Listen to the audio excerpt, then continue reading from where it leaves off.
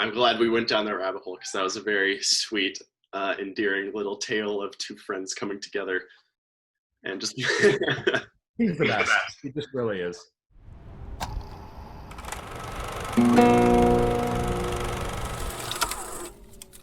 My name's Keegan Luther, and I was the director, writer of Joe Goes to the Store, as well as the weatherman. Tell me, what is Joe Goes to the Store?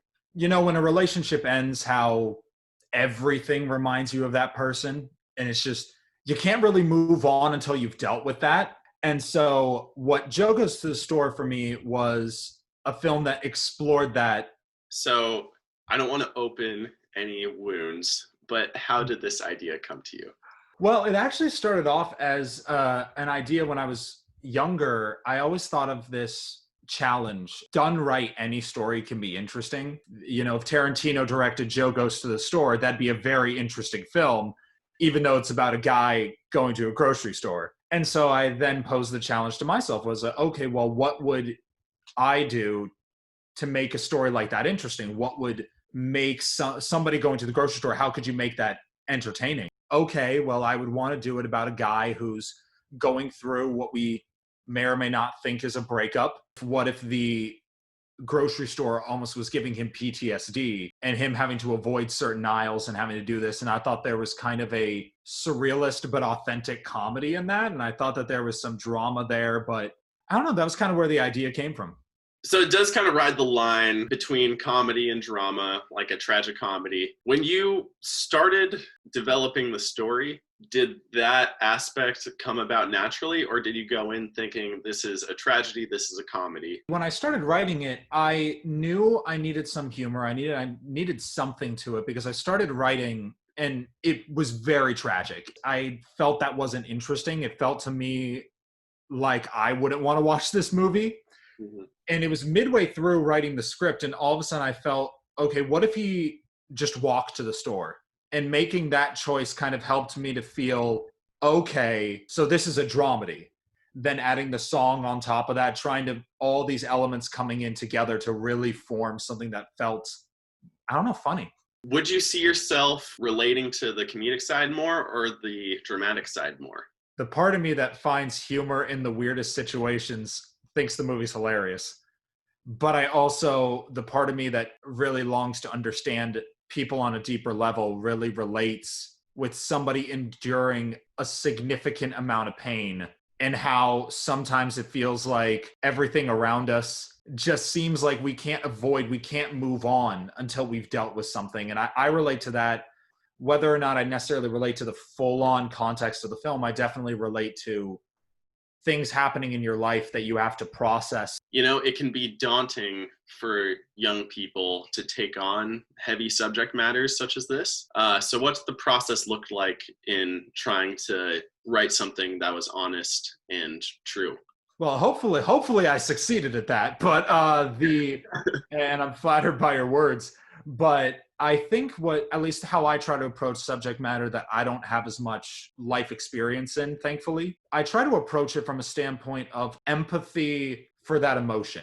Okay, I loved somebody, they're out of my life now, and anytime I think of them, it's these little warm memories that give me the most pain. Okay, I relate to that. Let me write something that's truthful to that, and hopefully I will lock into an emotional truth that people will generally understand and not try to make it about what everybody endures, but what this person does. How did you go about getting Rashad and Evelyn involved? Well, I had worked with both of them on multiple films, and they're two just some of my favorite actors to work with. And Rashad, I wrote the part for him because we had worked together. At this point, we had worked together on 4 other films, and I always thought Rashad had just this unique ability to convey emotion by just existing. Like he just can really, without words, without dialogue, he can convey so much in small looks. And I realized as I was writing Joe, I needed somebody who I had a good rapport with, who I could trust, because a lot of this was going to be visual storytelling.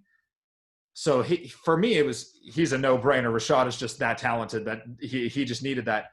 Evelyn's part, it needed somebody who you felt and you identified with. You were never going to have a ton of screen time with that character.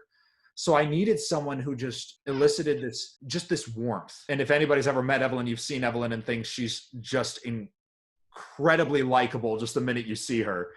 So how do you go about directing a crew like that? That is all obviously talented in their own right. You want to let them express themselves creatively, but also want your vision to come through. What's it like balancing those things?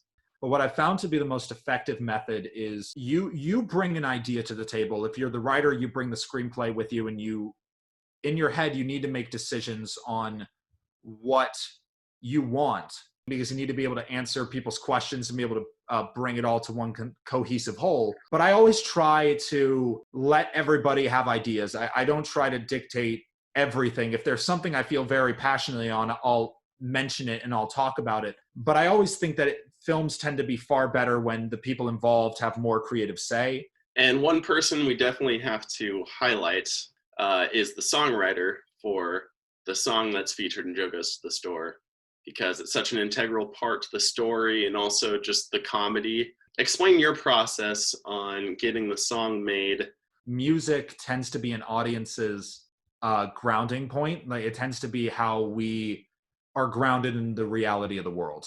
And I was just in the car at one point and I was listening to a song just for ideas because I was just really at my wit's end on it. And I heard something that was more of a banjo ukulele sound. And I thought, oh, okay, ukulele, that's a very interesting instrument. That's something that I've heard some of the most heartbreaking covers ever on a ukulele, but it's also a very silly instrument as well. My sister, who was already writing a song for the film, and I talked with her and I said, do you think you could write something that plays into the theme of the story a little bit more? Something that's upbeat, but really lays into the core theme of what this is about. And she wrote the song that is in the film. And I thought it was just so brilliant. Her voice just sounded so elegant with it. And it had comedy because of the ukulele, because it's not what you're expecting from a film like this. But it also had her lyrics, which were so intricate and so evocative. Just, it was like heartbreaking just to hear the story. And when we put it on the image, it clicked. It felt this was always what it needed to be. It's been...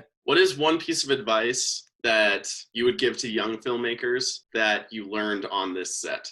Always bring a plan with you, but always be open to changes. If you just are too set in your plan and set in your ways, you'll miss the little opportunities that the moments present to themselves. Such an incredible journey, and I'm very thankful for the whole cast and crew, and I just hope people enjoy it, because it was truly a joy to make, and it was a joy to be a part of. That wraps us up. That's some random stuff if I've ever heard it. Perfect. Thank you so much, Ben. Well, of course, yeah. Thanks for chatting with me. Well, thank you, my friend. Yeah.